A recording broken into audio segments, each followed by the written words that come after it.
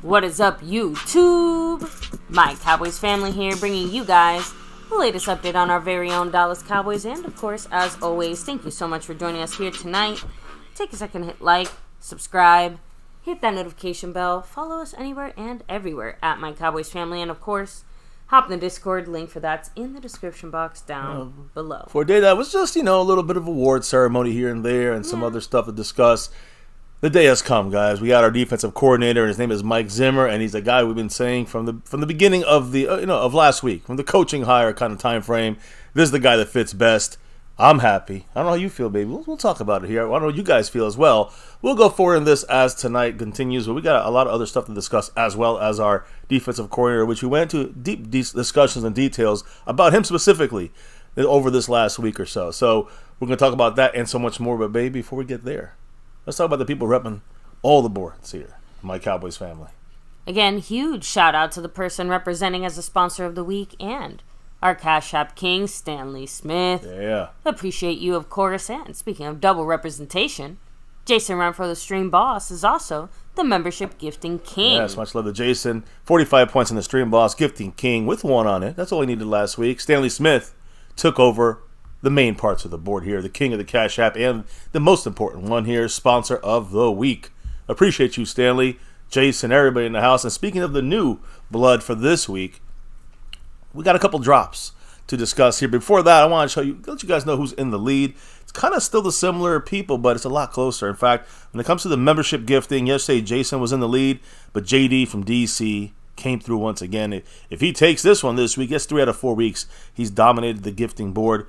So much love to JD from DC as he's in the lead on the gifting side of things. When it comes to the Cash App side of things, Stanley Smith is, he's on the board with many others, but the leader right now is none other than McLovin when it comes to the Cash App side of things. So appreciate you. And McLovin, he actually dropped a bunch of love yesterday, about $30 worth, which puts him 2 behind first place on the overall board, because that's JD from DC as well. JD's a little mini takeover here after seeing what Stanley Smith did, so we'll see what happens this week. But yes, right now McLovin's in the Cash App lead, and he's 2 back on the overall board against JD from DC, who's in first place there, and the gifting board. Jason's got the stream boss right now, and those are the leaders. But let me also shout out those that dropped the love from above overnight, and also on the memberships, like jumping in the memberships. Tammy Soltis, Navy Blue Crew, always appreciate you. You've been here for a while. You got Miko dropping $10 PayPal yesterday in the After Dark session. Jason Renfro dropped a little under 10 in the After Dark session last night. And McLovin, like I said, dropped 30 on that side of things. Alice28 dropped 5 in the Cash App. So again, appreciate everybody who's drop the love, whether it's on the stream, pre-stream, post-stream, after dark stream. It all counts here on MCF. So appreciate everybody who's kind of made this family even grow bigger, as we're literally one away from 31K. One away. So we're growing. Appreciate everybody doing this. Now, again, there's a lot of ways to challenge the top spots on these boards. Through the super chat, there's the thanks button, there's the jumping in the memberships, like you just heard me talk about Tammy Soltis. There's gifting memberships like JD from DC and Jason Renfro have done. There's 4 of the ways, though, you can challenge Stanley Smith and McLovin for that spot on the Cash App crown. What's all those ways, baby, of dropping that love from Of above? course you have the Cash App money sign MyCowboysFamily, the Venmo at My-Cowboys-Family, the regular PayPal link, and last but not least, that Streamlabs link. It lets your comment show up on screen just like a super chat. All the different ways to drop the love here. We discussed it. Of course, we said memberships. There's also Navy Blue Crew, the Silver Level 2. And then there's the 2 top shelf memberships that get the nightly shout-outs. That's the Star level and the Over Everything level, baby. Who's in the house? Thank you very much to Skeptical Fan, Jason Renfro, Lincoln Kane, Andy Potched, Mary Alvarez, Marissa Sparkle, Dwayne Broussard, and The Lunatic. Yes, appreciate everybody there on those sides of the board. Now it's time for the shout-outs to the people in the house. So let's get it on before we can get to this news, info, and updates and talk about our new defensive coordinator here, Mike Zimmer. Of course. Let me shout out Dwayne Broussard, the top dog, who, by the way, dropped a $4 holler in the super chat with a Go Cowboys. Oh, a Dak Thank you drop. very much, Dwayne. Appreciate you. A little Dak drop right there from Dwayne. Appreciate you, brother. $4 holler when it comes through. It'll be a Go Cowboys. And he's actually, I have to also update the board there on that side. Speaking of drops and coming through, JD from DC said, hold up, wait a minute. In the house. With a Tony Pollard $20 holler saying, guess who's back? Ooh, he's in first place still, that's Go for sure. Cowboys. Go Cowboys. Much love to JD I'm from guessing DC. you mean Mike Zimmer's back, right? JD and Mike Zimmer. Mike Zimmer, been with the Cowboys like 16 years back in the, we'll go through it, but back in the, Switzer takeover all the way to the Bill Parcells days. So we'll discuss it all. He's back, so is JD from DC. He's back in the house. And he's got, again, a little slight lead there over McLovin in first place. There it is. It finally went down. There's JD's drop. Yes, and Dwayne's coming after that, I'm assuming. Yes. Which is going to take, Jason Renfro down to what, 21 points on the stream so. boss when the Dwayne Broussard drop hit. So much love to everybody on that side. And can't do this without you guys. I'll update that board now, baby. Yeah, Let's let me do keep some rolling with the shout-outs. rest of the shout-outs. Fuego bringing the heat. Enjoy. Chill and relax, and that's a good one. Chris Davis, what's up? Hello and hi. Yeah, you guys definitely made east side, least side, right? We have Jasper Rocks rocking it out with us. Chris Plumage in the house, what's up? Daniel Berry Sports, much love. Griff181, peace to you. Bruce got the Toxic Juice representing. Cogs, what's up? Let's see, Mike Aldana in the house. There's And the official Dwayne. drop. Appreciate you. The Dwayne drop in the house. Appreciate you. He moves up into 12th place. He makes a little one little jump up the board there. See, Bobby Bottles, what's up? And yes, trust me, Zimmer's not the only bit of Cowboy shenanigans that have happened today, There's some right? stuff to D-Law discuss. was up to some Tony Pollard. I mean, there's interesting stuff going on. Malik Jefferson. Oh, wait till you hear it. You'll kind see. of an odd offseason for the players on our team who've opened their mouths so far. Anyway, Madman, what's up? Hopefully we do have an awesome draft. And awesome free agency. You better, or else this team lives and dies in the draft. Oh, I think, that's about as far back as I can go, at least on my side. I think Freedom First was first today, though. Yeah, he was. If I recall. I'm checking on my side. He is first. Congrats on that. So, Rolando Rodriguez in the house, what's up? So, thanks to everybody here chilling, hanging with us. But let's just jump right into it because we went all day to talk about our Cowboys. Yeah, and we will start on our Cowboys here in a few minutes. First, let's start with all overall NFL news and what's going down. For the first time, this is actually sports news. For the first time ever, Netflix is going to spend a full season following an MLB franchise. Guess which one? It's yours, I think. Boston Red Sox. In their own version of Hard Knocks style kind of That's actually deal here. really cool. Yeah, Red Sox are going to give Netflix unprecedented access to players, coaches, and executives in 2024. So keep an eye out for that. Back in 2025 probably. I think that's when it's going to premiere in 2025. Yeah. So we'll see that, I guess, then. Now, NFL news, it's not like with NFL honors or coaching moves or our own stuff. Interesting situation for Baltimore Raven, first-year player, rookie Zay Flowers, wide receiver. Baltimore police are investigating an alleged domestic assault situation involving him. So again, right now they said, quote, the investigation also includes a police department in Massachusetts. which acknowledges a domestic violence incident reported related to an incident in Baltimore County last month and involving Zay Flowers. So not good for rookie Zay Flowers. Some hot water there. Yeah, that's not what you want to hear, about your, again, rookie playing great. He fumbled on the 1 yard line when he tried to stretch in the end zone there. It really hurt the team there, but he fumbled on the celebration. I mean, not fumbled, but he had that penalty on the celebration. Zay Flowers, great player this year, rookie, but you never know with something like this. Out those frustrations in the wrong direction. Agreed, and we'll wait and see, right? Before guilty, got to be innocent before proven guilty, but never good sign, obviously. Now, in today's NFL honors, which just ended an hour and a half ago or so, a lot of our top Cowboys were up there for some top nominations, but also an old school Cowboy, Darren Woodson. And the Pro Football Hall of Fame class of 2024 was announced today. Out of the 15 people, Darren Woodson, one of them, here were the guys that were selected: Dwight Freeney, Devin Hester, Andre Johnson, Julius Peppers, Patrick Willis, senior member Randy Gradishar, and senior member Steve McMichael. None of those sounds like Darren Woodson. No Darren Woodson, which I think is complete crap. Agreed. He's got numbers up there with John Lynch, better than John Lynch, yet John Lynch is in. He's still waiting, Darren Woodson. Every year he gets snubbed. Every year. It's another reason. Randy Gradishar, I mean, he's good. I remember Randy Gradishar, but I don't know. Woodson just should be in there. That's all I'm saying. Now, some first-year nominees for next year, which Woodson will be available for: Eli Manning, Earl Thomas, Marshawn Lynch, Luke Kuechly, Terrell Suggs, Clay Matthews, and Adam Vinatieri. So, interesting names. I don't think there's that many, shoe-in number one guys that would be Hall of Famers. Eli Manning, Earl Thomas, no way. Marshawn Lynch, probably, maybe. Luke Kuechly, maybe. He's in a short career. Terrell Suggs, definitely. I feel like by default, Eli will probably get it just because of the guys that he's with, maybe. Don't think it's going to be first year for him. Maybe it is because he represents the NFL. You know what I'm saying? In that way. It's bigger than just a coach. And let's quarterback. be real. I'm going to say that he does get to pull rank a little bit and whip out that last name card. That Manning last name. They both carries some weight. They both have 2 Super Bowls, but, look, I'm not saying I agree with it. I'm just saying I could see it. Well, either way. Yeah. That's not taking up all the spots. The same guys that went up on that board, on that list today, one of the guys that didn't make is Darren Woodson. He'll be available next year, probably make the 15 again, and we'll have to wait to the NFL Honors Night to hear if Darren Woodson is finally going to get called into the Hall of Fame, which he definitely needs to be. He's been eligible since 2009. Just think about that. And he said today after the announcement, he said this, quote, "I'd be lying if I told you that I'm not disappointed. I'm disappointed that I'm not going into the Hall of Fame. I cannot control the outcome. My entire life has been that way. I've always had to work myself back up. Things were hard sometimes in my life, but they eventually just worked out, and I'm banking that at some point this will work out." So obviously hoping good Very luck optimistic. for him. Yes. I love his attitude, but damn, the disrespect. So they'll Brandon saying, "Oh my goodness, where'd it go?"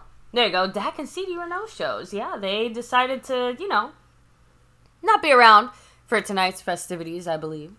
So, I think you're wrong on that. I think that they were all there. At least I know CD was walking up on that stage. He did win an award today, but we'll get into that. I mean, no shows. I think he means no shows in the playoffs. Is what I think he's talking about. That's how I was confused. Yeah. So unless Say Williams said Woodson will get in there next year. I mean, I think Mike Aldana said Cowboys with the disrespect. I think the last year, names, when we looked at who's coming in this year, I said it's going to be harder. I remember saying that. It was going to be harder for him to get in this year because so many good first-year guys. At the same time, I don't think the names are as big for next year. I think next year, I'm going to just put it all on there and say, hey, Woodson's going to get in there next year. He's got to. He's just got to. Staying with the defense, the Cowboy defense. And let's stay with the number one guy, the face of our, I'll say franchise, the face of our defense for sure. We got Mr. Micah Parsons, baby. Going for the Defensive Player of the Year award, unfortunately did not win it. Myles Garrett from the Cleveland Browns wins his first career Defensive Player of the Year award. So congrats to him, but he was the expected winner.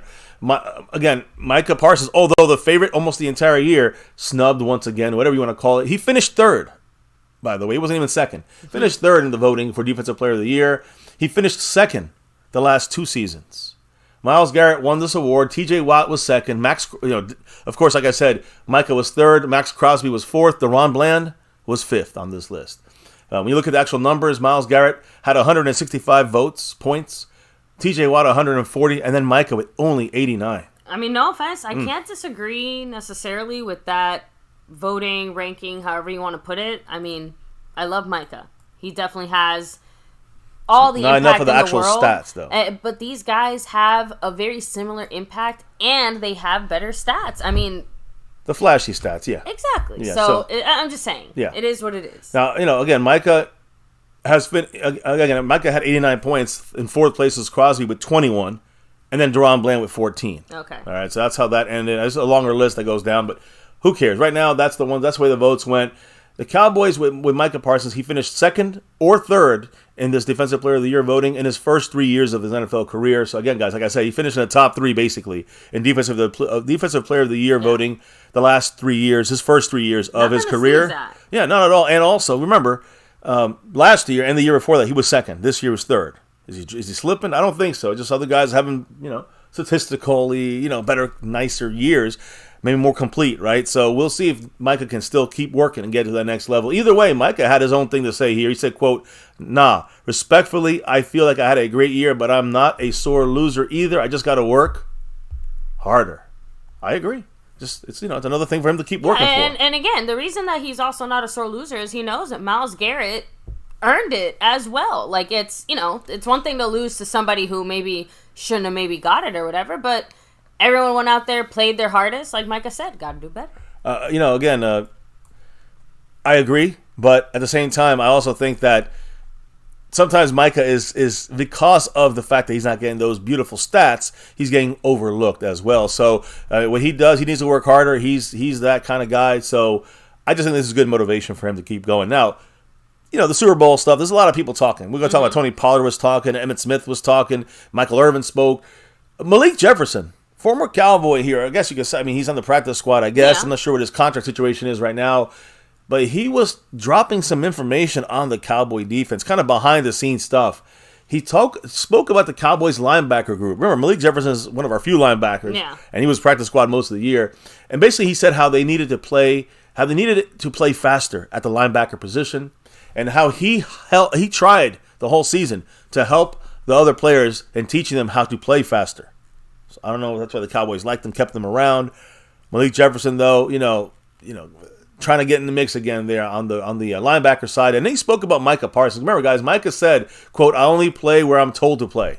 He kind of, and that's, again, I'm paraphrasing it, but he said that basically that he don't call him. Yeah, they practiced him at linebacker, and they had a few kind of defensive packages where he was a linebacker, but when push came to shove in the actual games, we all saw where he was. And for the playoffs specifically, he said, "Listen, I'll play wherever I want. You can watch the film. I busted my ass, did whatever I could." Yep. But I can only play where I'm told to play by the coaches, right? And Malik Jefferson said that he thinks that that's not the best attitude to have. At least in Malik Jefferson's opinion. I think it's more about, if I can't be in that spot, I can't do anything about it. Maybe he's saying, Micah should be a little more vocal with the coaches and maybe try a little harder, maybe get put in a game, say, hey, give me the linebacker side of things. I don't know. Maybe that's Malik Jefferson saying, but he kind of was a little bit critical on Micah. I will admit that just seems like his personal opinion, but it's good to know kind of officially, like, hey, behind the scenes, it's not like Micah's really pushing back against what's happening in the games, like actively with the coaches. Like, he might make comments and stuff like that, but it doesn't seem like he's pushing. He's going with what the coaches are giving him. And I just want to throw one more thing in there. It might piss off some people, but yeah, if he's played at linebacker too much, he's going to have to get that linebacker tag money, that linebacker franchise tag. So he knows that he's got to stay at edge to get the most of things, when it comes to getting tagged and that kind of stuff. Or else the Cowboys will save, we'll save $10 million a year for 2 years, 3 years, just keep tagging him and playing off his old contract, his rookie contract. So that's something the Cowboys could do there. But right now, Malik Jefferson said, not the best attitude that Micah could go with, I guess. That's his opinion. He also made a comment about the Cowboys' defensive struggles starting from the top. Now, again, does that mean, Dan Quinn? Because he said defensive struggles. Yeah. But does it also mean a little bit higher top up? Of the defense? Do you mean like top of the maybe coaching? How about someone like the coaching side of things, Mike McCarthy? the team coach here, the head coach of the team, who I think he could be referring to on top of Dan Quinn. I also think it could be, and that's my take, my shot here, my opinion, the clown show. I mean, the top. That a lot of problems coming from the top. We don't know if they were saying stuff or doing stuff to kind of get intertwined. Sweet, if you will. Yeah, we don't know what was going on. But either way, Malik Jefferson, there's issues. The struggles on defense started at the top. Whatever that meant. Well, we got rid of Dan Quinn. Not got rid of him, but he left to Washington. So I guess we'll know next year if it's the top meant him or someone else. But a lot to kind of think about when it came to Malik Jefferson's comments. I think those were overlooked because he's not really a known player. But we're listening. It's about our Cowboys. By the way, when it comes to the problems at the top, Emmitt Smith was, speaking to different people during the Super Bowl week. All the players do, legends or current players, and he said this when he was asked, "Why is Coach Mike McCarthy back in Dallas?" And Emmitt Smith said, "Quote, because I'm not the GM." He would be saying, again, the clown show not firing him, but he would Emmitt Smith basically saying right there, guys, that Mike McCarthy should not be the Cowboys coach any farther. That's it. Emmitt Smith speaks. I listen. Basically, Jerry Jones is the GM. That's why he's there. But also, Emmitt was the GM. This guy would be gone. What do you think? I find it interesting, especially considering yesterday. Remember our kind of Billick themed show as far as like his commentary where the Cowboys are close and it was smart of them to not throw McCarthy out, throw the baby out with the bathwater, so to speak, because when you're close you just have to make a few tweaks, more or less speaking. Emmitt says get him out, get there. So Emmitt is saying you should have thrown the baby out with the bathwater, throw the whole bath out. Well, again, you gotta remember You got to remember that McCarthy, 3 years in a row, 12 wins, 3 years in a row, not getting his team as a whole prepared to play football in a playoff game. And let's be real, if it was a personnel thing, I think that it would be a different reaction. But because it's so clearly a different situation, you know what I mean? It's. Especially when we get to the D-Law comments and things like that. I'm just saying, it feels like it's the heart that's missing. And that's what I think. Like, obviously, McCarthy can get us winning. Obviously, he can get us in the playoffs. But if he doesn't have a way to get this team to have the heart, right, the mental fortitude to make it, like, yeah, you're right, get him out. Because he's never, if he can't do it now in this way, like, when the fuck is he ever going to do it? Yeah. So that's where I feel like Emmitt's going, because he knows what it takes to get to that point. It doesn't just take the physical ability and the talent, right? You need to have the mental toughness. Yeah. And again, if you are done with the guy, if he's hurting your team as a head coach, I see some people saying he's still on contract. That's true. Coaches get fired all the time on contract. Mm-hmm. And Jerry Jones had to pay that contract out. Like, he can't pay $7 million, whatever it is, $10 million for McCarthy's contract. For 1 year, he's got billions and billions and billions and billions and billions of dollars, Jerry Jones. So that's an excuse for Jerry Jones to maybe say, that's why I got to keep him here. But we know that he can easily fire him if he wanted to. Emmitt, again, not in the locker room, so he don't really know what's going on. But he feels he's feeling like I would feel. Like, if you got a team in the playoffs and you've been doing great in the regular season, 12 wins every year, and then the reason you lose in games is a lot of players issues and this and that issues, but really. It's the preparedness issue, and we beat Seattle a couple of years back. That was with Garrett. I know. We beat McCarthy with McCarthy. With McCarthy, we beat the Bucks. Yeah. But outside of that, we lost every game we lost every year. The last 3 years was because our team generally was not prepared, in my humble opinion. And I also wanted to. Oh crap, man! I just had it and I lost it. I didn't want to interrupt you. Give me a second. Let me think about it. You keep rolling here. Just so you guys know, again, Emmitt spoke about Mike McCarthy being the coach here, not happy about it. Other people spoke out there from our own team currently playing, and one of them being from the defensive side here, DeMarcus Lawrence. Very interesting comments he made, because this is what's missing. I think you guys said the heart and Mike McCarthy leading us. This is some of what I don't understand. Is it Dan Quinn only? I just can't believe he went from being the most respected guy to being the guy everyone's like, nah, he's the problem, especially on defense. Because DeMarcus Lawrence, when he was asked today on some NFL show why the Cowboys lost to the Packers in the wild card round, DeMarcus Lawrence snickered kind of laughed, a little smiled. He says, I'm going to be honest with you. We were tired. Well, I'm paraphrasing it, but he really basically said we were burnt out. That was a quote there. Yeah, we were burnt out. After McCarthy's management of these guys, the little chips, the GPS chips and their freaking shoulder pads, how much they actually work, keeping guys like Tyron Smith healthy the whole year, then they're not ready for the playoffs. They're too fucking tired. There's 31 other teams, and there's 14 teams in the playoffs. They're tired too, DeMarcus Lawrence. That's a cop-out excuse. Now, look, I know going through this up and down season we had last year, everyone is burnt out. But we're the fans, it's media, whoever, it doesn't matter. But when it comes to the players, they got a job to do. I'm not trying to downplay, like, the physical toll it takes to play an entire football season. But one, that makes it clear that as much as our players were able to physically stay healthy enough to play the season, if we crash and burn in the playoffs, like, get hurt in week 8 then. I'm just saying in the sense of, like, all this management that we were doing seems like it wasn't worth it, didn't really result in the type of results we wanted to see. Although, obviously, lowering injuries is always a great thing. Availability is always great. Yeah, I mean, that's what we did. But it's not working in the sense of keeping the players, like, fresh and ready. Like, that feels like that's supposed to be part of it. I disagree.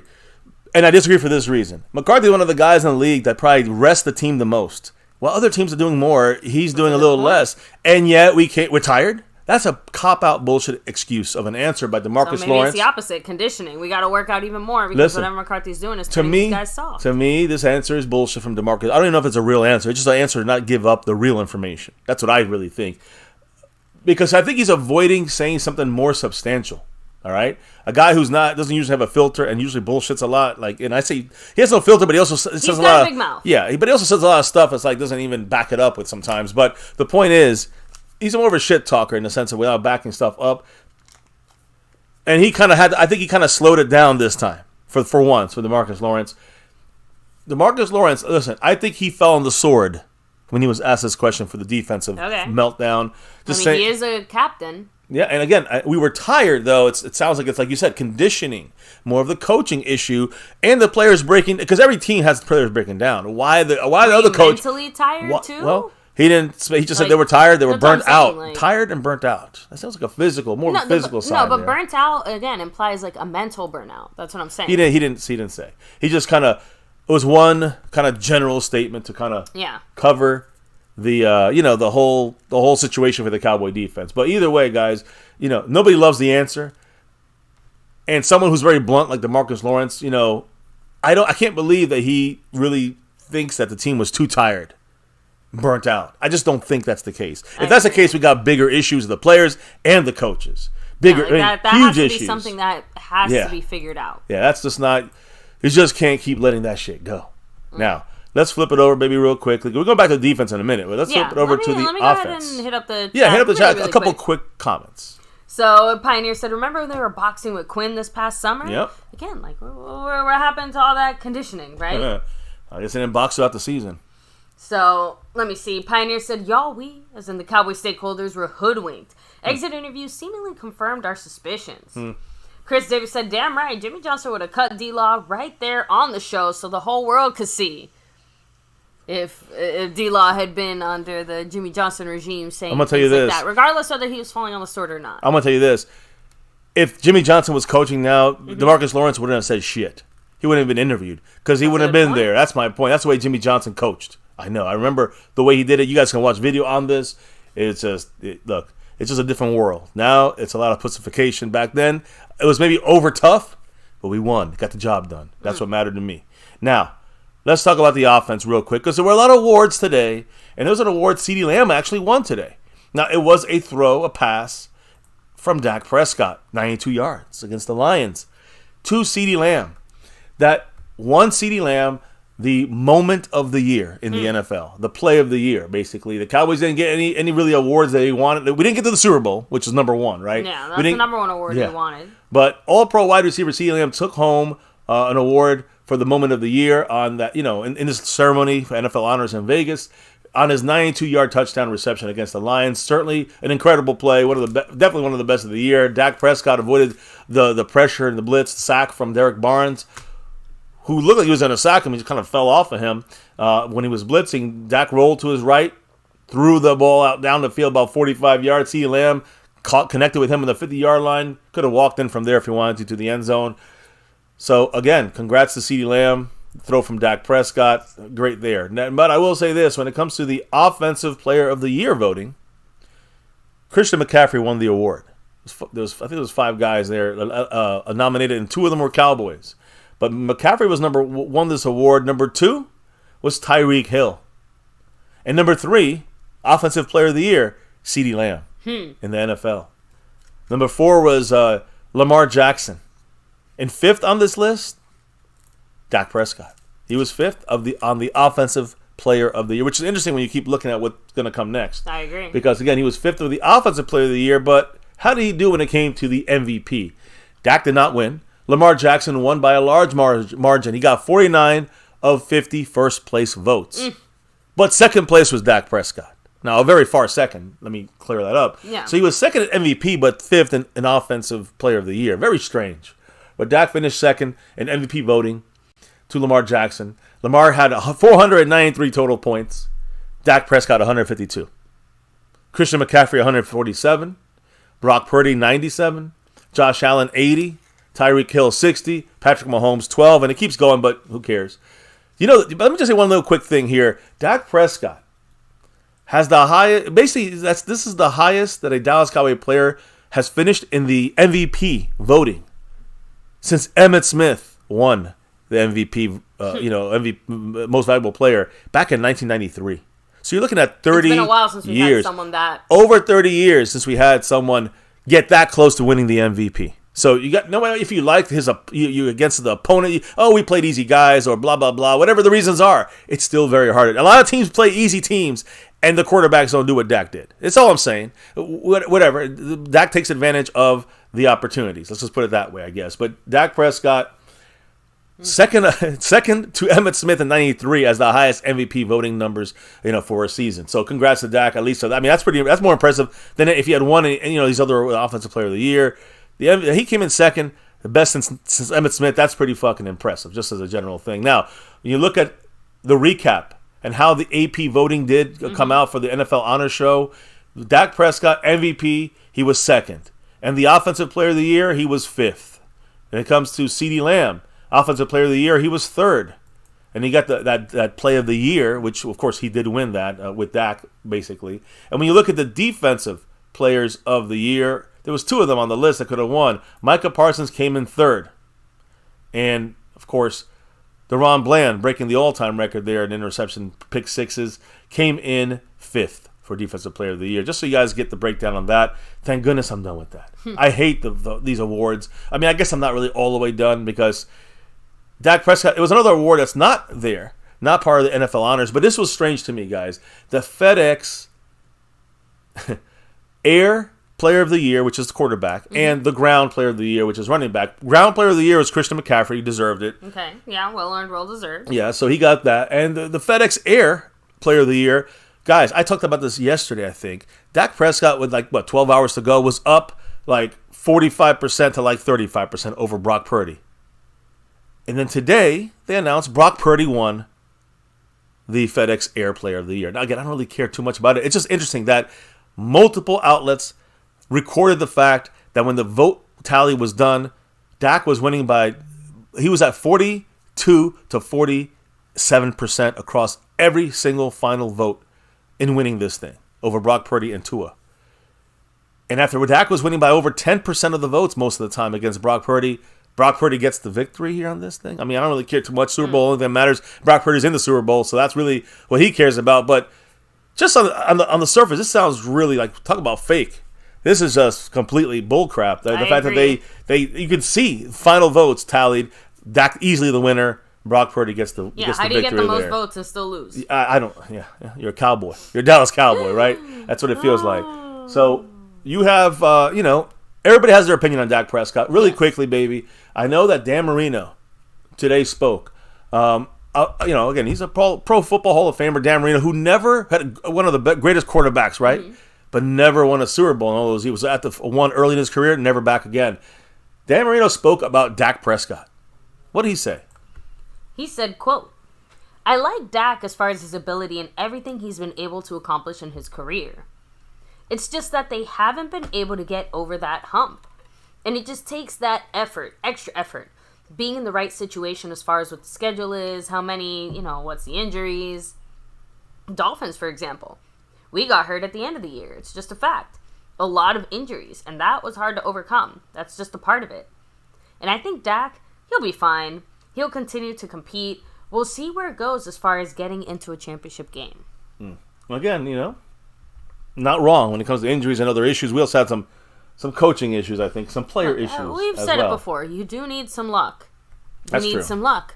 But you can create your own luck a lot of the time. Well, usually the best teams do that. Well, playing at a high level, staying mentally tough. Yeah.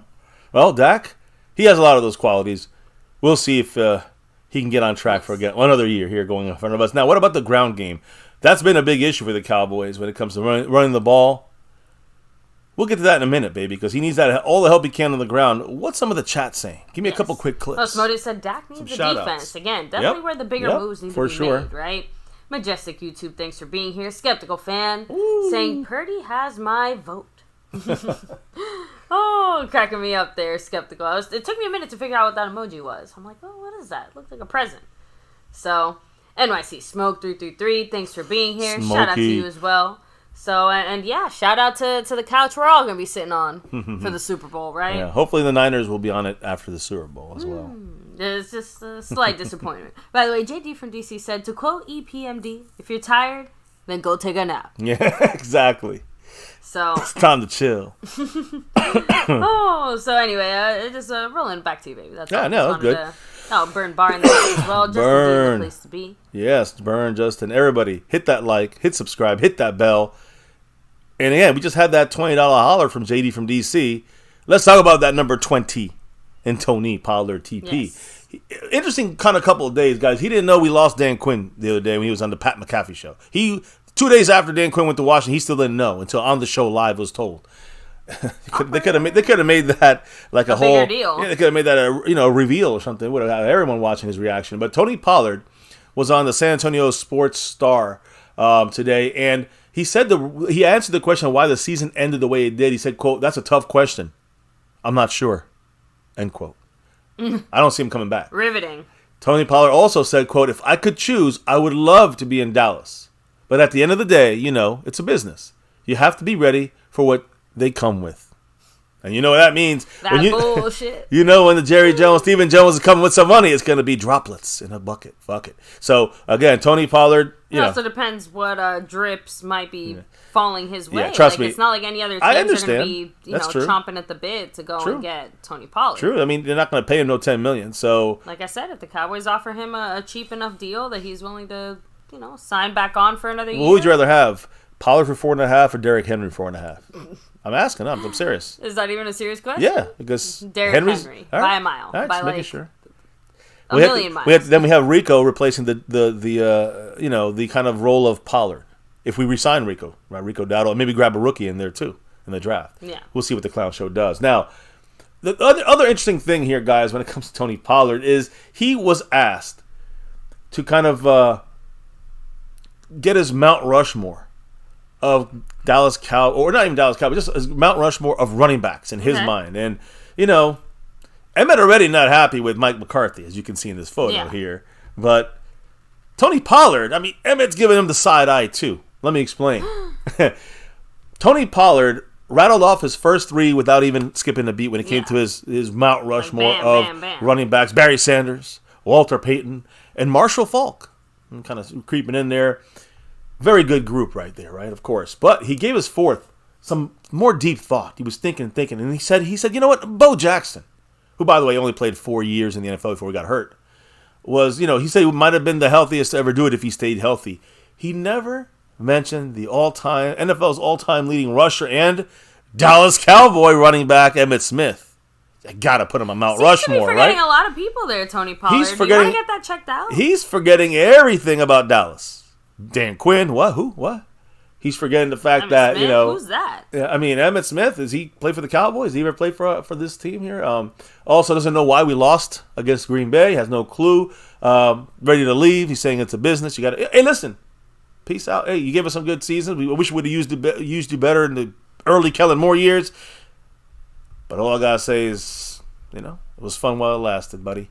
You out of here, Tony Pollard. And again, that's one of the guys unless it's a real cheap deal coming our way with him, I don't see him coming back to Dallas. And I think he's prepared for that as well. Especially not remembering the fact that we got a guy named Emmitt Smith, who's, even if you don't put him first, top 4, hell yeah. Hell yeah.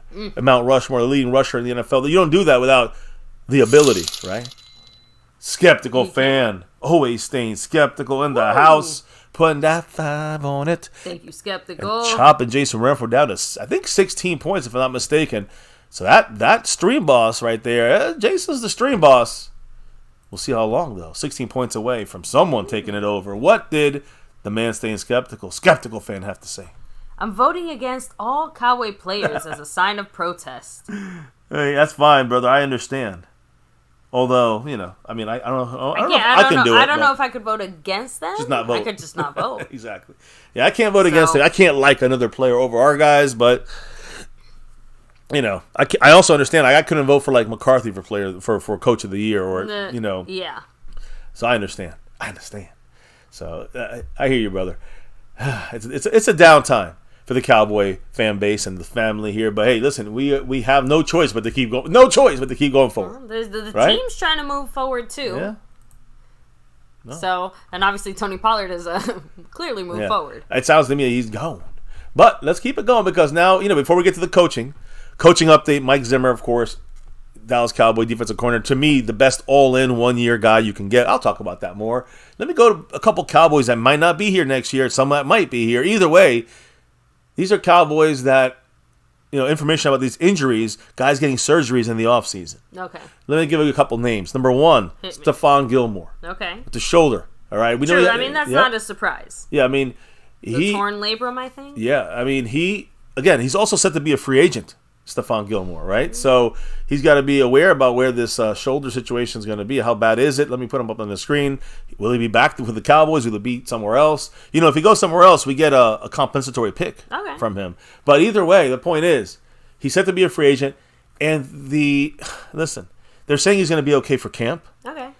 But it has a 4 to 6 month recovery period here. We're talking about cutting it close to training camp.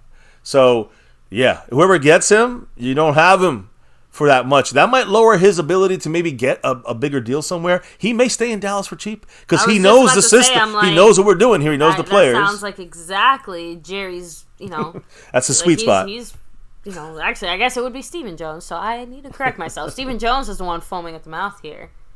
Oh, anyway, sorry. No.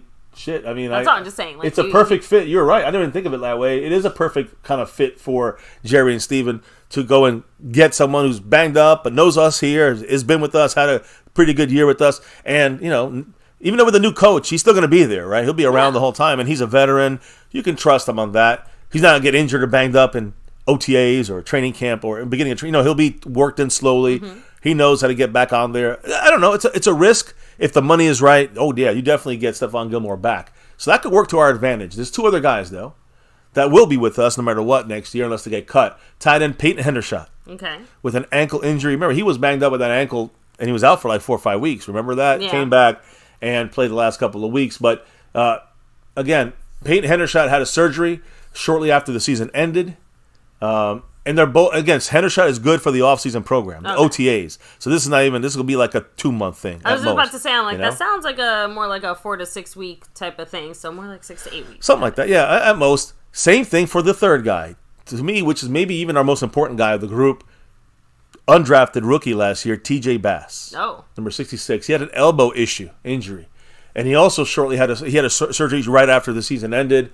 He's also going to be good for the offseason program and the OTAs. Good news, actually. So that's good for TJ Bass. He was pretty solid when he had to come in there. And he needs to get back out there again, right? Being an undrafted rookie last year, just keep building on that. The bad thing is the offseason workout stuff will probably slow down some, which is usually when the rookies make their biggest jump into year 2, is because they get a full offseason. But now he's missing a little of the offseason. Still will be here for the OTAs, which, it's kind of happening anyways when you get drafted. So it's kind of, he's going to pick up kind of where he picked up last year as an undrafted guy in the NFL. So my only last thing on these injuries, I want to go back to TJ Bass for a second. There's a reason for this. because I want to ask a question about center. It's a center question. Tyler Biadasz is a free agent. We got to figure out what we're going to do. But what do you think is the best, maybe short? This is a real quick question. Best short-term course of action on the offensive line? Would it be to draft a center in round 1? There's a lot of great centers in this draft.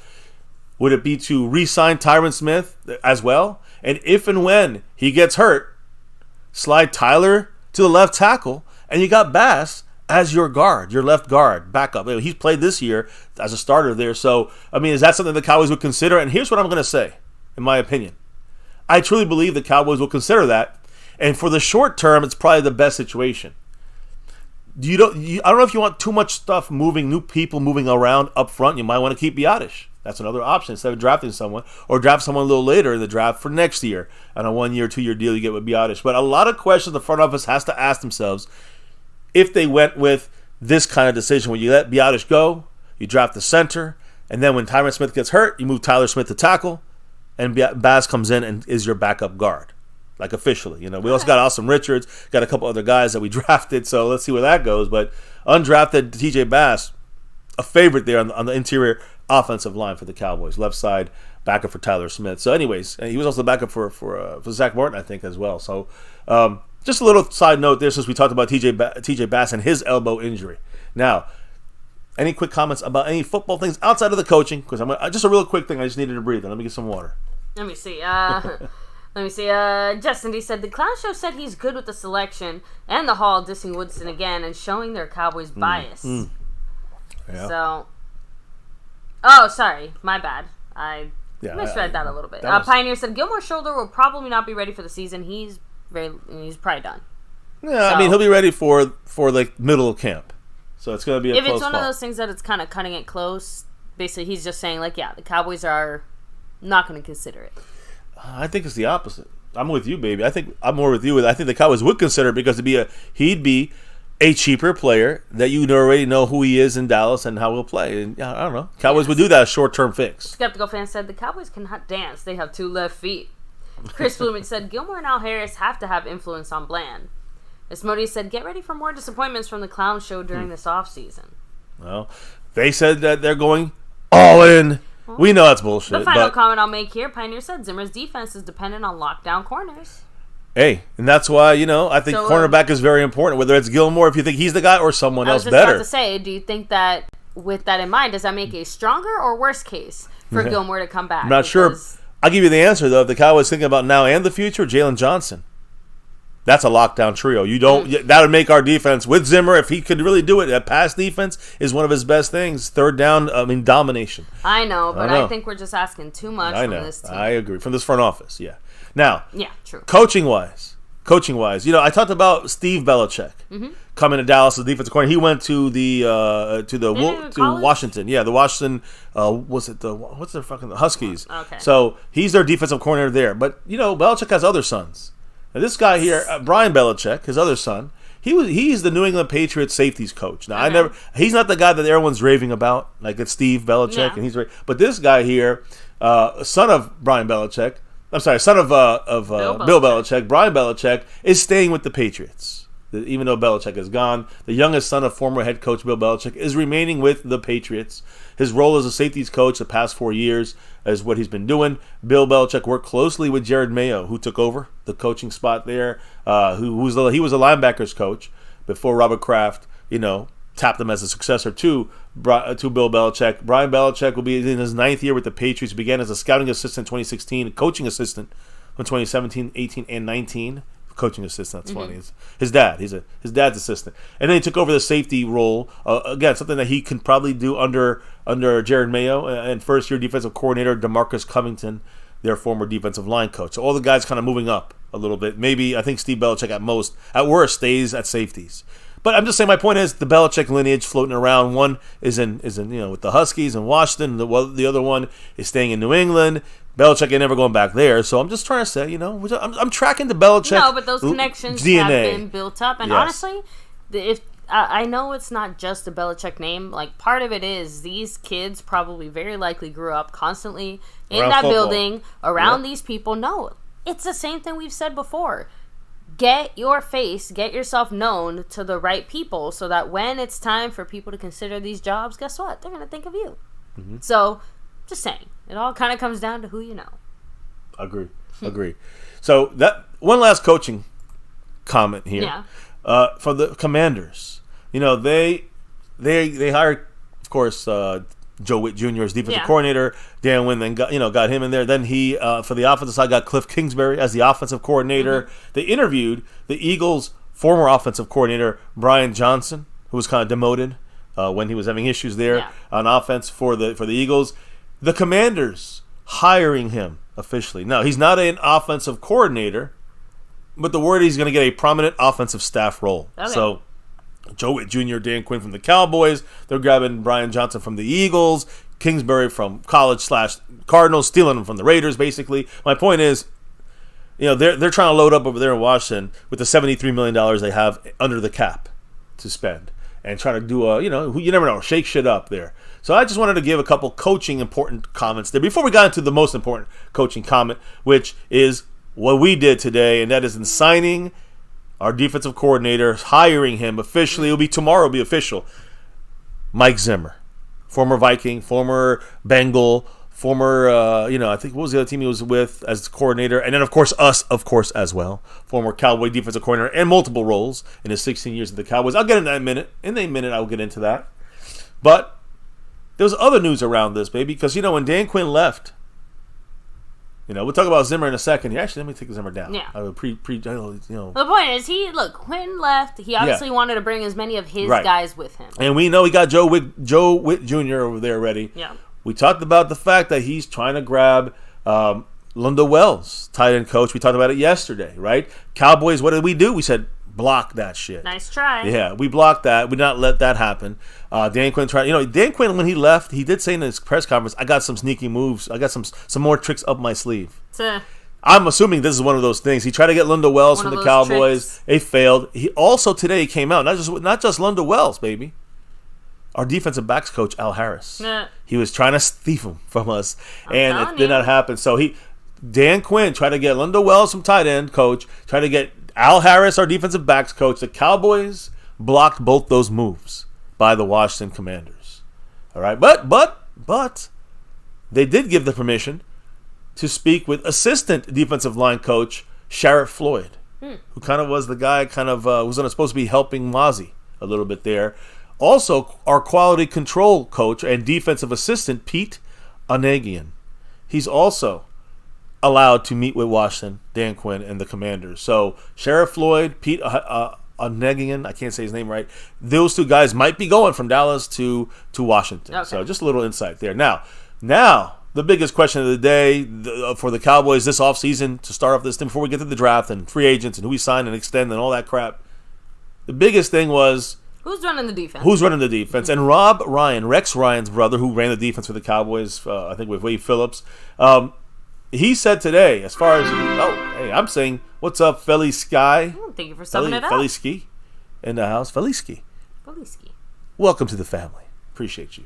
Keep growing the channel. By the way, Jason Renfro, 15 points on the stream, boss. But yes, the biggest question for the Cowboys, when it comes to the Cowboys defensive coordinator job, he said, quote, they need to hit a home run with that hire. I wonder if he was pushing for his brother there, Rex Ryan. But the Cowboys said, hell no, and went with the right choice. Was it the guy that McCarthy wanted? Maybe not.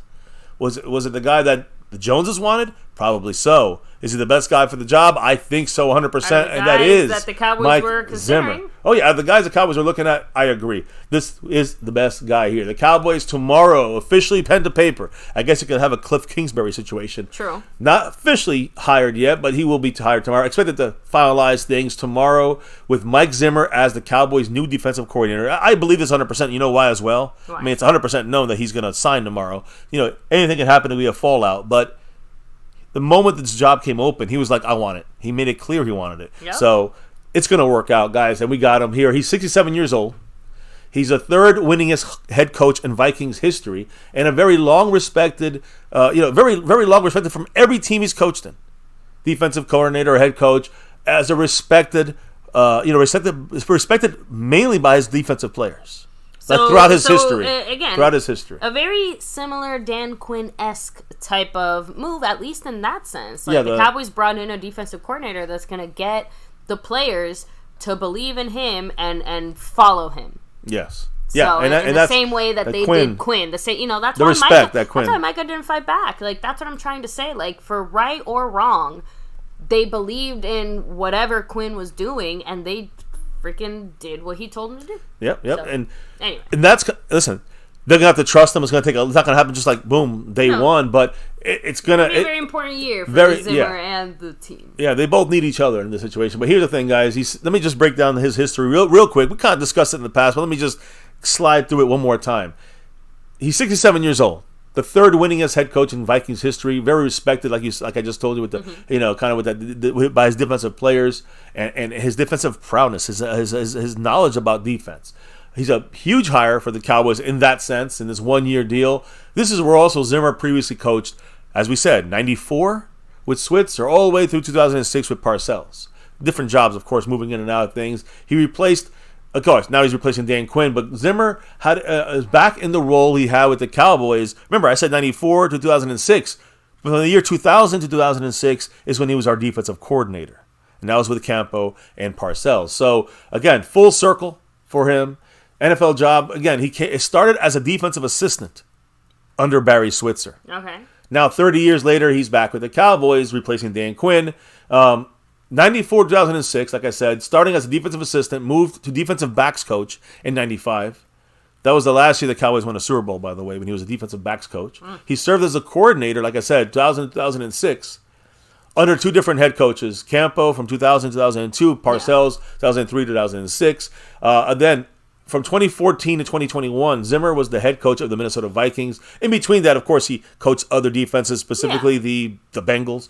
But his time with he was there with the Vikings. Compiled a 74 wins, 59 losses, 1 tie record, included 3 playoff appearances in that 8-year span. His time in the NFC North made him more familiar with head coach Mike McCarthy. Of course, was back then Green Bay head coach when they battled in the North. This will be Mike Zimmer's 4th defensive coordinator job in the NFL. Just so you guys know, going back a little bit, 2006 was his first job as a defensive coordinator, and it was with the Cowboys. Then he went to Atlanta in 2007 as a defensive coordinator. That's the team I forgot, the Falcons, 1 year. Okay. And then the Bengals, he put up some great defenses there from 2008 2013. And again, 2014, 2021, Vikings. Now, Cowboys. 1 year off. I mean, that's the way it goes. I have to be real. That's the background. Whether he's the best fit or not, his resume does speak to the fact that he's able to elevate even bad defenses to play better. You know what I mean? Yeah. So, and he's done that consistently. So, I am hopeful that he'll be able to take our defense and continue to elevate it, keep it progressing in a lot of ways. Now, again, our front office absolutely has to help our man Zimmer out here. Yes, you got to bring guys, players, whether drafted. Not just, I wouldn't just go on draft because that's for the future too. But at least the free agent guys, you got to go. You got to help him out with some draft guys, and you definitely got to get him the free agent guys that he needs. If you don't get him through the draft, you got to get him through free agency. That's all in means Jerry Jones, Stephen Jones, do the fucking all in. We kind of mentioned it. If we only have the availability to get one impact player, as far as because of the cap, because of the Joneses philosophy, whatever you want to call it, right? Yeah.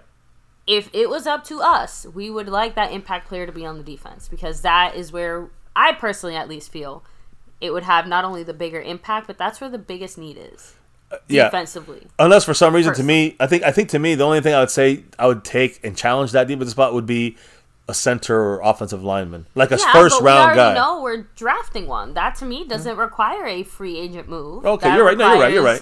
A draft. I was thinking draft. That's you're why talking about free agent. That's okay. why I said free agent. Got it. I got it now. I got it. So when it comes to this deal that hasn't been completed and finalized yet, Jerry Jones is at NFL Honors, and he was talking. Before it was announced that Zimmer was the guy. He said, "quote literally, it's time to get things worked out." Right now, I mean, as we're speaking, as I was flying in here, I got phones with me, and I'm working on our new defensive coordinator right now. And again, he said the discussions were in the final stages, but now we know for who. He didn't announce it then, but now we know it's Mike Zimmer, right? So it sounds like was Steven with him, by the way? No, his wife was with him. I'm just throwing it out there because again, This is another great example of Jerry's obviously still the owner. He's still doing his GM thing. The face of the Cowboys in a way, right? For the most part, Steven is the one who seems to be handling behind a lot the of scenes. that actual nitty-gritty. Like, he's probably the one on the phone. He's the one probably sitting down. And let me tell you this. You know. And that, my friends, maybe for coaching it's all right, but for players it ain't. I'll let you know that's not good that Stephen Jones is running the show here. So, anyways, again, I want to reiterate, officially the deal has not been completed, but he wants to coach in Dallas. The Joneses want him there. They're friends. So he'll be here tomorrow officially. You'll see it. Breaking news. He's signed, guys. You know, he's going to be officially signed tomorrow. He might even have a press conference. Who knows? But right now, you know, Mike Zimmer is our head coach starting tomorrow. I'm sorry, head coach. He's our defensive coordinator for the Cowboys under head coach Mike McCarthy. So deal's not complete yet, but Zimmer is well known to Jerry Jones and Cowboys and the Cowboy franchise. He spent 13 years in Dallas, not 16, 13 years. Exceptional strategist when it comes to defense. Okay?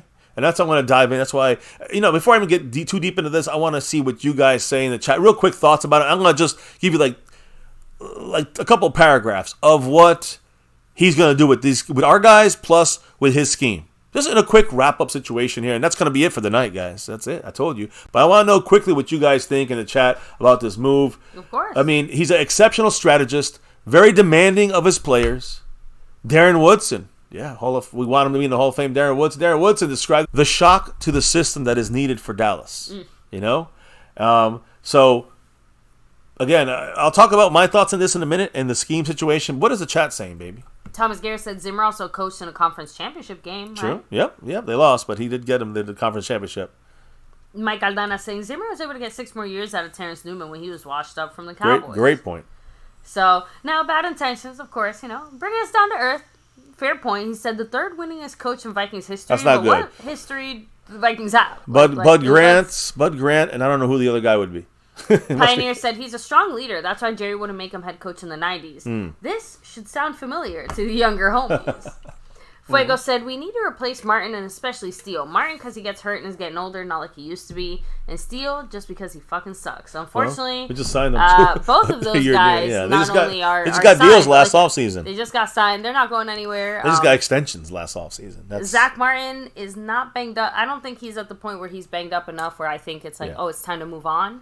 But similar to other O-line situations, maybe start percolating a replacement in the background. Let me put it this way. Unfortunately, Terrence Steele is locked in, unfortunately. It's too late now. But I think that the bigger issue is the fact that, when it comes to offensive line, you could say Zach Martin. I'd say he's one of our least of our issues. I'm going to say Terrence Steele is one of our bigger issues. Tyron Smith's injury and maintenance, that's what you get. McCarthy's going to hopefully do that this entire year. And if we do that, I think when it comes to the I know we're looking at defense here. We're going to talk the defense here, but since you guys asked the question about the offensive line, I'm going to say this. I have more concern about what we're going to do at center. Is it going to be Biotish another year? We're going to sign him. He's a free agent. He's about $7 million a year is what you're looking at on a 3-year deal, $21 million. Is that worth the deal there? I mean, he knows the offensive lineman to left and right of him. He knows Dak. That's important. That's something to keep in mind. Or do you draft the center? There's a lot of great centers in this draft. I mean, future Hall of Famers. Many of them better than Biotish. So do you go with that route? I mean, I think that maybe you want to go for the more long term. That's kind of what you want to do. But it shouldn't take long, I think, for a center to get a good center, right? He should get to know his teammates here through the OTAs, training camp, and preseason. He should get fit in. Any top draft pick on the offensive line should be a dominator, even at center. So, again, that's an option for the Cowboys. I also look at Tyler Smith, set in stone, no deal, no issues there. Terrence Steele, Tyron Smith, our tackles, and our center situation are the question marks for the most part. Now, we got Terrence Steele signed. He's staying. We got to keep him. You're not going to just bench him, and he's getting paid, $13 million a year. So he's going to stay. And Tyron Smith, if we re-sign him, he's a free agent. He'll be cheaper. He's about $6-7 million, I think, is what I'm hearing. $7 million a year for him. If we manage him like McCarthy did this year, he will be full go, I think, most of the season, and he's one of the top, offensive linemen. So I think we can slide back with that. It's more about the future and the back and what you're going to do at center. When it comes to future as a backup situation or at center. If you want to go this year and just stay with Biotish and use TJ Bass as the replacement for Tyler Smith when you pop him out to the left, if Tyron Smith gets hurt, then that's probably the best we got going into this season. Yeah, Thomas Garrett said, I like the move. So again, out of all the possibilities, Zimmer was my personal top choice. I know we haven't quite gotten to the what are my thoughts and opinions part yet, but Zimmer was my personal top choice. I liked him the best as far as, one, kind of, getting over the thing that we seem to constantly keep running across, which is Kyle Shanahan's motherfucking offenses that keep messing with us, and we can't seem to get past that hump, right? Well, I'm just saying, Zimmer seems like a cure to that poison, right? Or at least a possibility of being a cure, right? But two, out of that, like I said, I think he has a lot of qualities that are similar enough to Dan Quinn, that in a positive way, right? Like the things that we still liked about Dan Quinn, even as not great as our defense was doing here towards the end. I'm gonna say Quinn seemed to me like he was a tough guy, but he was more friendly. Zimmer is a fucking hard ass. And again, I posted a short. I don't think you saw it yet, baby. I posted a short, and he is digging into the as a defensive coordinator into the Bengals, and he's like, I told you this fucking quarterback can run. You guys better get your heads out your ass. Or I'm gonna do it for you. So you think he's gonna bring a little bit of that mental toughness that definitely is missing in Dallas? Yes. I don't care who's not bringing it or who is. That fire he brings. He brings an aggressive defense. He brings the fire with that as a coach. He's not a quiet guy. He seems quiet as a head coach. As a defensive coordinator, he's in the faces of the players. He will not be. I don't think he's going to be up in the booth.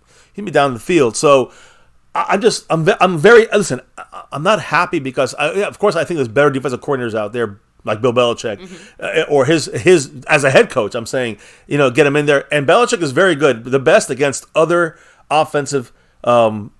Schemes in the league, he's the best, Belichick. But Zimmer, he's third best. He's also second best when it comes to Shanahan's offenses. That means the Mike McDaniels and those kinds as well, down that lineage of that tree of Kyle Shanahan. Zimmer is the second best of the coaches available and is third best against all other NFL schemes. And this is all, of course, just in the passing game. He shuts it down on both sides. And that's the important thing here. So I like this. The Cowboy defensive scheme got an upgrade. Okay? Now, I also want to mention, don't be surprised if this takes me a couple weeks into the season before you see the team on defense kind of playing better. It might take a couple weeks, even a month, to get the kinks worked out. But I expect the Cowboys to play their best football if they're healthy, when it matters the most. On those third downs, this is the genius of Mike Zimmer. I showed you 2 or 3 plays already, and I'm also showing you his fire he brings. So for 1 year, not for the future, for the next 10 years, of course not. But for the 1 year all-in deal, a veteran coordinator, this is the best guy available to match with our guys on this team. Let me explain. Zimmer is inheriting a defense that includes 2 finalists, as we said earlier, Defensive Player of the Year award, Micah Parsons and DaRon Bland. DaRon Bland led the NFL interceptions with 9, returned a record 5 for touchdowns. Diggs is coming back, hopefully, knock on wood. It's not like all the other ACL tears, and when they come back, they need another year, right? Hopefully he's back at almost a top level, I'm hoping, there from that torn ACL and his left knee, signed to that 5-year, $97 million contract last summer. And then you look at the interior defense and the interior defensive line and linebacker spots. The Cowboys were ranked 5th in yards per game.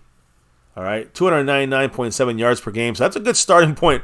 A top 5 defense in yards, right? Giving it up.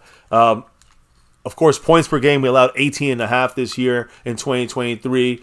So, again, we ranked 5th in both these numbers here.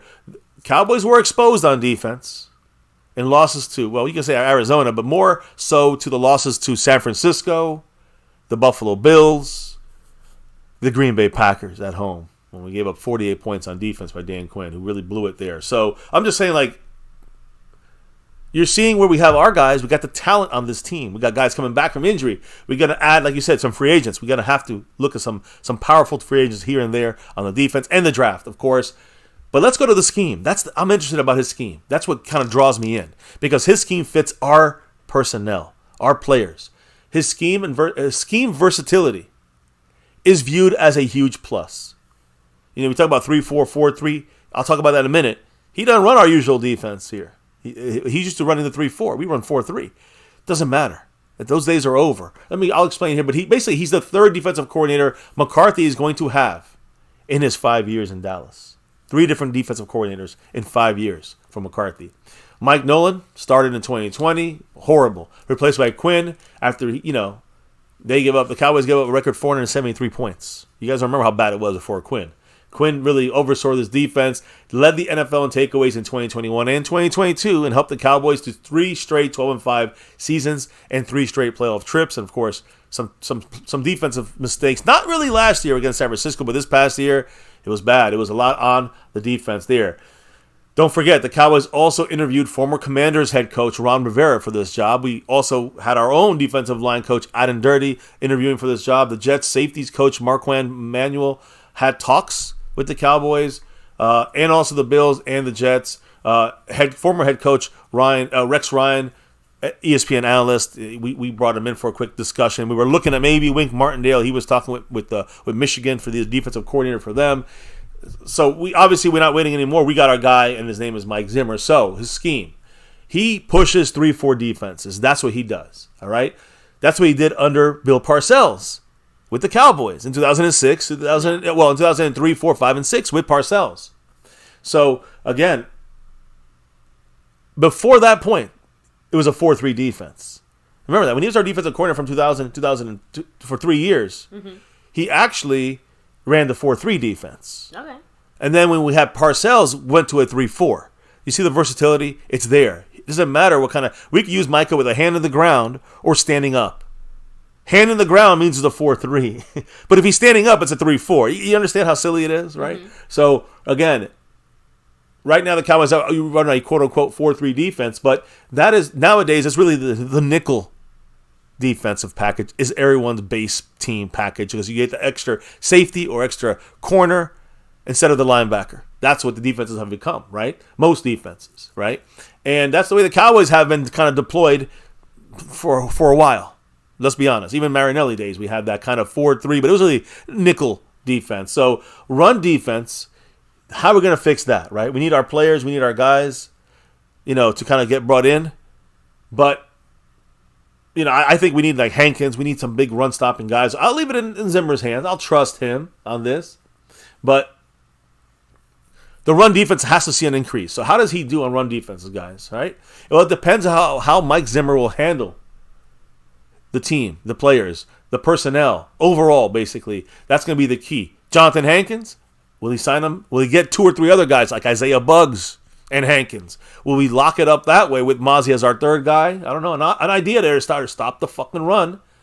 How about linebacker? I talked about this with you, baby. We talked about it here on the channel. Bringing in,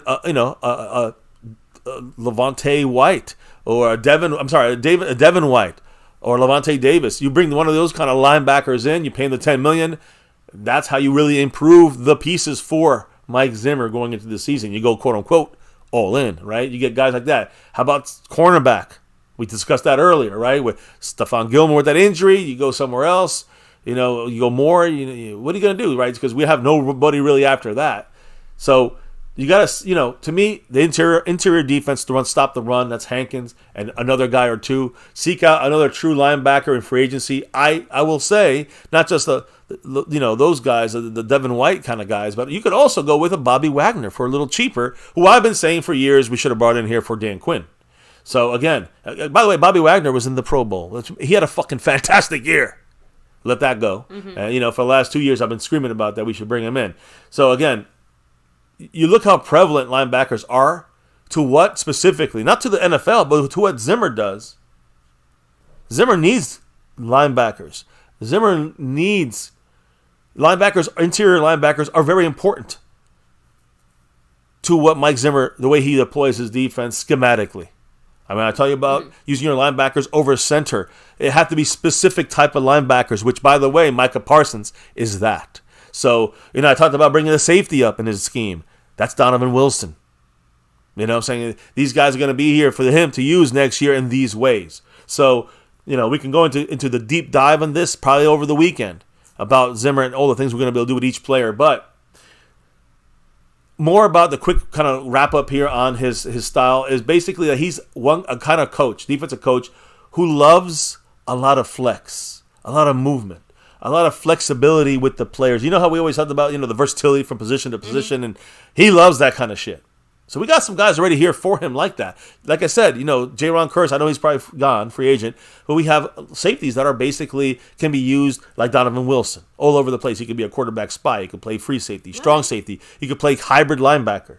He can play pass rusher, which he did, and some of the more sacks in the league at safety. I think he's leading the league in the last 3 years, and Donovan Wilson. So the way Zimmer would use Wilson and Micah Parsons over center, moving him around the defensive line, linebacker or defensive line, it doesn't matter to me. He's moving around the defensive line. I don't want him in coverage. I don't want him, quote-unquote, stopping the run. That's up to somebody else. Another linebacker, in my opinion, not a Bobby Wagner or Devin White, not a Micah Parsons. You're wasting him there. Use Micah all over the line, coming back at you. Of course, dropping coverage once in a while, stop the run once in a while, but let's get him as a pressure, as a blow-up kind of play. You want to blow up the offense, and using him as a missile anywhere across the defensive line. I called him Micah the Missile the night he got drafted. And I think that we still got to find that sweet spot. We're just putting him on one side, the missile, and teams can then, game plan for that. If you move him around more often, which Dan Quinn for some reason did not do, I think you make him even a bigger target, a bigger missile to blow up opposing offenses. And Zimmer, that's what he does with that kind of guy, with that kind of linebacker. Use them all over the place. So it's great. He loves flex. Again, even Micah, linebacker edge flex. I mean, right there, right? So, but he prefers his players to basically, even though, listen, I'm going to put it this way. Let me rephrase it. He likes the flex, but he really excels by putting the players he has on his team in the position they've been kind of most comfortable with for most of their football careers. So, again, to me, that is a good mix of both these things. Probably can deal with the flex stuff. He likes it, uses it, throughout his career with different guys that I've mentioned here in the past, like Kendricks from the Vikings or what's his name, Harrison Smith. We put him, so you'll see the similar pieces being used with the Cowboys and our players the way he used to use them, but also likes to put them in the spots where they've been used to in their careers, and that's still what Micah can do, and Donovan Wilson, and the rest of these defensive players on this team we have. So again, after saying all these names, another player that has that flexibility that maybe can he go back to safety maybe when it comes to Marquise Bell. Don't sleep on him as being that piece as well as Donovan Wilson, right? Marquise Bell. He may return to the safety room here. From linebacker to the safeties without J-Ron Curse. All right. Marquise Bell drops back to he'll play the hybrid, though. He'll play the hybrid, but he'll be a safety. I don't see that necessarily as a bad thing. Or it's not even a big change, even. Exactly. Like, to me, it's just just what needed to kind of freaking happen. Remember, the whole point is that was supposed to be a supposedly very temporary move that ended up a lot more permanent than we thought. Yeah, no, I agree. I agree, and that's the thing. That's why I'm saying. So, Fuego, take it easy. Have a great night. Much love, Fuego. We're almost done here. We'll get a couple comments here after I'm done here with the last couple thoughts. But I just wanted to say that, using Marquise Bell as a safety, quote unquote, he'll be a safety, but using him as that pass rushing defensive linebacker type of guy at times. He already got a whole year of practice, but he wants him, not just the flexibility, he wants him back in his regular position. That's what Mike Zimmer will probably do with guys like Marquise Bell, but then using him almost in a similar way. The room is different, but kind of similar job. He just won't be stopping the run all the time as a linebacker. He'll be now more floating around as a safety, pass rushing, and other things. So watch for that to happen as we hopefully bring in real linebackers. Okay, so now another even bigger question is, can the Cowboys defense be as proficient in taking the ball away, in takeaways, interceptions, fumbles under Zimmer as we were with Dan Quinn? Because Dan Quinn, we were the best in the league there, basically, right? Under 3 years under Quinn, we were the league leader basically 2 out of those 3 years in turnovers.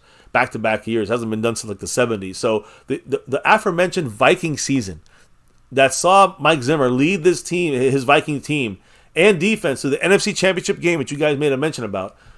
Again, a very big opportunity for improvement for that team. That year, his best team he had as a head coach. The biggest issue they had was takeaways. They didn't have many takeaways. Maybe it was the players. Obviously, his defense doesn't cause takeaways, but it's solid. We get quite a few takeaways, or at least, we did.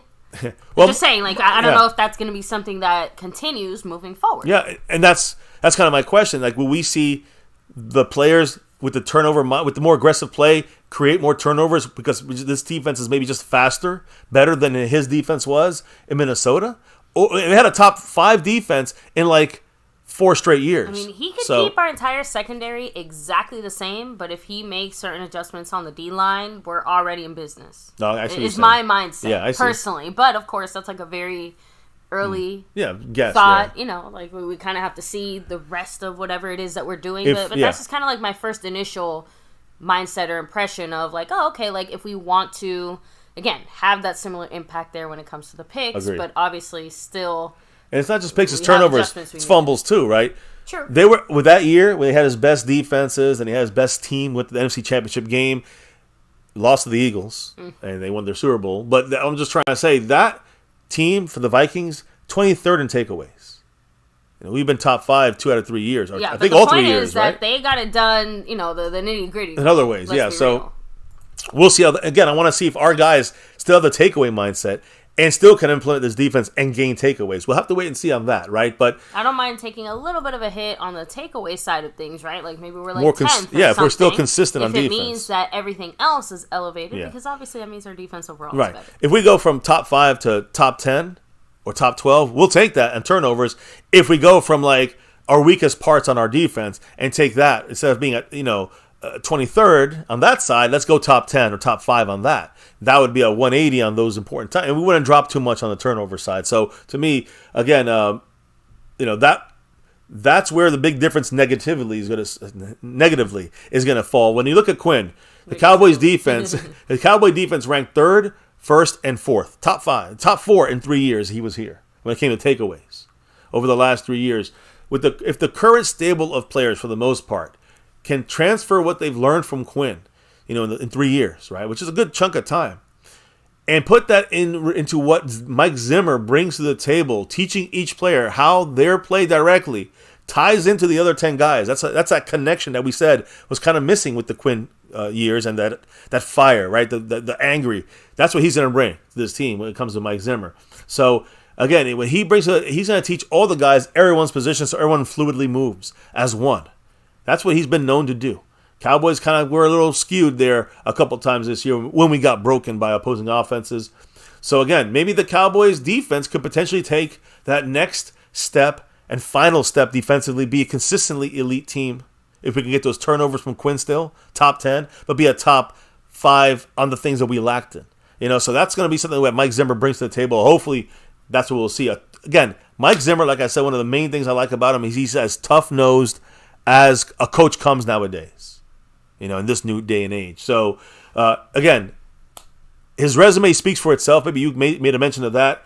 He's not one of the young and upcoming, hotshot defensive coordinators. Which again, I have to admit, like I said, if it in my ideal world, that's more of the direction that I would have leaned towards. But like I said, out of the realistic possibilities, the guys that the Cowboys actually brought in, right, Zimmer was my personal choice. So same here. But yeah, you're right. It is completely the opposite direction. Instead of going for the hot young guy, we went for the old retread. Yeah. Yeah, but he adapts. We talked about the fact that he adapts. He works his 3-4, 4-3, and he does other things to adapt his defenses. But he was coaching pretty recently as well. 2021. So it's not like he's out of the loop. It's not like these offenses or what teams are doing is unfamiliar to him either. He's still advising and involved in the NFL and with other coaches and players still. So he's not like he's like took a sabbatical. It's not like he was in the loop. Yeah, but here's what my point is though, baby. He's not one of the young up and comers. But I'll say this: the Cowboys don't need an up and coming young hotshot right now for a 1 year all in, all your chips in the middle kind of move. If you're going all in, you don't want a young guy running the show. I'm just saying, unless it was a Steve Belichick where you bring in Bill next year. That's the way I was thinking. But outside of that, it's Zimmer without question. And when you're going all in 2024, you want a defensive coordinator who's ready to pick up as much what was left off from Quinn. And that's what you won't get from a young guy.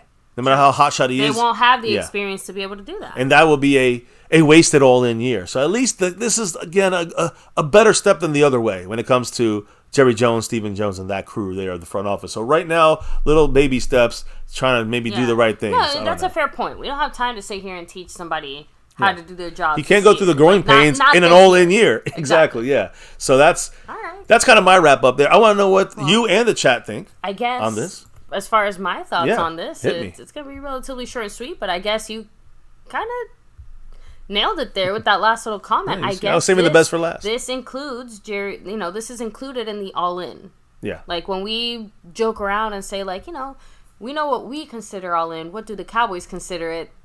Obviously, this is a part of that factor. So now let's continue to put the frosting on this cake, right? We still need sprinkles. There's a lot more work to do here going forward. As Modi said, I'm tired of being the regular season champions. I agree. Exactly. I'm tired of that shit. Like I said, we need to cross that final hump. Similar to pretty much every other year we've been here at MCF, with like one exception. The possibility is there. We do have the talent on this team. We have coaches who are good enough to get it done more than just one singular playoff win, right? We have, this year we have something, we will have something shortly once the Cowboys start making their moves, but we'll have a decent amount of draft or of cap space to be able to make moves when the Cowboys start doing their extending thing, right? CD, if we restructure or extend Dak. Even Micah doesn't hurt us this year, along with cutting a couple guys that we don't have to keep around, like LVE and Cooper Rush. So you again, you get enough money under the cap. What's Easy. the excuse? Too tired now? Too tired, Demarcus Lawrence? Anyway, sorry. Let's say Williams said Zimmer doesn't take shit, and I'm glad we got him. Old Jimmy Johnson vibes. That's who I wanted too. Correct. And it's funny, he didn't coach with Jimmy, but he was back in those days of that mindset of Jimmy, right? So to me, I agree 100% with that. He's got the asshole vibe, and we need someone to kick some fucking ass on that defense because we have a lot of prima donnas in there. A lot of people that get, are handled with kid gloves, and Dan Quinn did a great job in like communicating and connecting with these players. They love him in that way, but love is not what we need right now. Let's be honest. We need some fucking a kick in the ass on this team. If they're too tired and other teams are not, and the Packers are not tired playing the same fucking games we did, we got a coaching issue, Dan Quinn, and that's where Zimmer, hopefully, he'll kick him in the ass. He ain't going to show him love. Yeah. He'll show him love with a little kick in the booty. Oh, anyway, bad intentions. I have to admit, I disagree. That Dak's the bigger problem than the defense. By far not the issue right now. Dak is our quarterback. He looks like he's going to stay our quarterback for definitely this year, but probably another 2 or 3 years if the Joneses extend him. Tokyo said, I want Zimmer on the sidelines. I don't want him up in the box. I agree. I think he is a sideline guy, so we're good there. So, Tornado, what's up? Much love. Keep rolling back here. Just want to make sure we kind of touched on a few of these already, so I don't want to repeat myself. James winning. Let me know. He said, need D-line help, need bigger men. So, again, that's going to be hard in the draft. You have to go get them like Isaiah Buggs and Jonathan Hankins in free agency. And those are like $2 million a piece, 1.5 a piece. Come on. I would still like to know who's personally responsible for telling Mozzie to lose weight.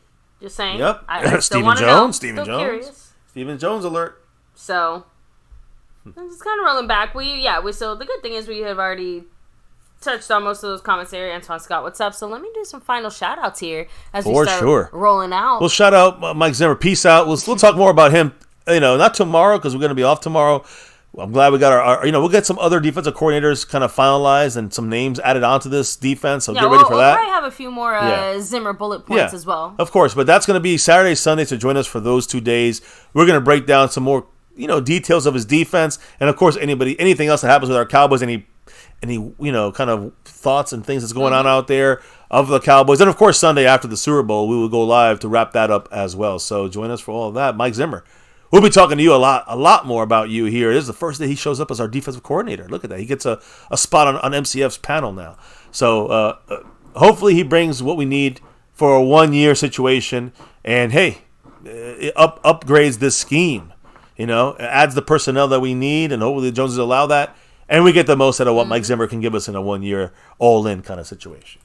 So, like I said, time for the shout-outs here. Like the sponsor of the week. Yeah. Thank you very much to the man Stanley Smith, representing not just there, right? Boom. He's also your current Cash App king. Make sure you give him some love in the chat. If/when you see him, Jason Renfro, not the only one, Stanley Smith is not the only one with double representation because Jason Renfro's Still repping it. He's holding on with 15 points in the stream, boss. Yes, he is. And, of course, as the membership gifting king this week. Yes, much love to him on that side. So we JD from DC is trying to reclaim that crown, though. Yeah, JD from DC's currently got 5 on it, while Jason has 1 on it for the repeat attempt. So we'll see what happens still. A couple days, like I said, Saturday, Sunday to go. But right now, JD from DC got the inside track on going 3 out of 4 weeks if he gets that victory as far as gifting memberships. Much love to you guys there. And when it comes to the king of the Cash App, Stanley Smith, who's really been rocking that spot a lot. But we have a leader who's going to be tough to catch, I think, and his name is McLovin. Simple and plain. McLovin in the house. He's on MCF After Dark a lot. Much love to him. Appreciate the support on that side of things. And, leading the entire Cash App crew. Trying to take that crown from Stanley Smith. Now, as far as the sponsor of the week, Stanley Smith, who's he going to give the crown to if he does not go back-to-back? It's still JD from DC in first place. Maybe a little mini takeover from the man repping that star in enemy territory. Much love to you, Mr. JD from DC, who, today had the big drop of the night with a Tony Pollard holler and, helped chip Jason Renfro down to 15 points there tonight. So we'll see what happens. A lot of things up for grabs. And we'll continue this discussion and more about Mike Zimmer and the family in the house on Saturday for some shout-outs as well that night. So, baby, is that it from the chat? I think we're good, right? Yeah. Let me go ahead and just do like the final shout-outs, right? Let's say Williams, Pioneer, Bad Intentions, Xavier Hidalgo, Antoine Scott, Mike Aldana. We have Tokyo, Tornado. We're back here. Asmodeus. James Winning, not sure. It's spelled whining, but not like a wine, just like, Anyway, Thomas Garrett, the Superior Garrett, Pioneer, GM, Hannibal King, Chris Davis. I know Fuego is in here bringing the heat. Ooh. Check out those shorts I uploaded too, guys, if you haven't yet. Justin D. That was a good Harry Potter thing that you Skeptical liked. fan. I don't know if you saw that. Did you ever see it? Beetlejuice. I don't think I've seen it yet, baby. I've had a busy. I know you're busy. I know you're gonna like it. So Burton Bar. Yeah, this is as far back as I can go. No, come back down, make sure I don't miss anybody. Dallas Cover 92. Have a great night. To everybody here chilling, hanging with us, baby. Yeah. The last couple of shout outs here from the drops from above. Tammy Soltis in that navy blue crew. Much love to you. We had After Dark drops, guys, by Jason Renfro, by Miko, and by McLovin. Oh, and by Alice, too. McLovin and Alice. 28. Appreciate all you guys. And then tonight, of course, JD from DC with the big drop, the leader, the gifting leader all across the board. Dwayne Broussard with that Dak drop. Skeptical fan, always staying skeptical, but still repping that star. Appreciate everybody in the house dropping the love and the support. Memberships, gifting, thanks button, super chats, cash apps, PayPals, however you do it. Humbled by the best fans of all YouTube. Now, baby, I want you to tell everybody why we do this thing here at MCF each and every night. Talking about our Cowboys. It's that navy blue, that silver too, and that star over everything. Win, lose, or draw, good, bad, or ugly here. On this channel, on MCF, we rep that star over everything. And of course, on this 6.5-year trek we're going here, 6.5 years plus and beyond, on YouTube, here at My Cowboys Family. Never forget the number one thing here, now, and forever. As always, and say it loud, say it proud, say it with us. Go Cowboys. We got 5. We want to get that 6 and beyond. And hey, Chiefs, they got 5 too when it comes to the Niners. Please, just do us that little favor on Super Bowl Sunday and just beat the Niners. Don't make this a horrific season like we did when we had to experience the Eagles winning. Come on, KC. At least do that for us there. Kermit the Frog Mahomes. Let's go. Hey, guys in the chat, thank you all. Dropping your knowledge, your thoughts about our Cowboys here with us. We can't not do this without your guys' commentary and thoughts. So I appreciate that. Of course, also appreciate the drops of love from above and the support on that side of things. We cannot do this for as long as we do. Basically every day, almost every day, without your love there as well. So thank you all, guys, as we drop out and clock out of here for the night, relock and reload for a weekend group of shows and a Super Bowl weekend group of shows, talking Zimmer, talking other things, and all Cowboys related. Join us back on Saturday for that. Have a great Friday into your Saturday, guys. Before we can officially drop out of here for the night, baby. Let them know what we got to do before we drop out of here. We got to drop the beat. Oh, hell yeah. The beat is officially dropped, guys. Thank you for rocking here with us for another Cowboys chat as we wrap it up here on MCF, guys. Again, Zimmer hired defensive coordinator. It's in the books. Although, it's some behind the scenes things, as you can see going on, awards or comments or thoughts. We discussed it all here tonight. But hey, Mike Zimmer, we'll be talking about him throughout the weekend. So join us on that and probably throughout the season and more here on MCF, where it's about that navy blue, that silver too, and that star over everything, guys. Never forget the number one thing right here in this channel, right here on My Cowboys Family. Much love to all of you in the house. Can't do this without you all. And, of course, don't forget to hit that like button for the stream. Subscribe to the channel. I think we're over 31,000 at this point. So appreciate everybody on that side of things. Keep growing it, right? Hit that notification bell to all videos and follow us at My Cowboys Family at all social media. Have a great Friday, a great rest of your night, a great Friday, a great weekend. And we'll join you guys on Saturday night for another one here on My Cowboys Family.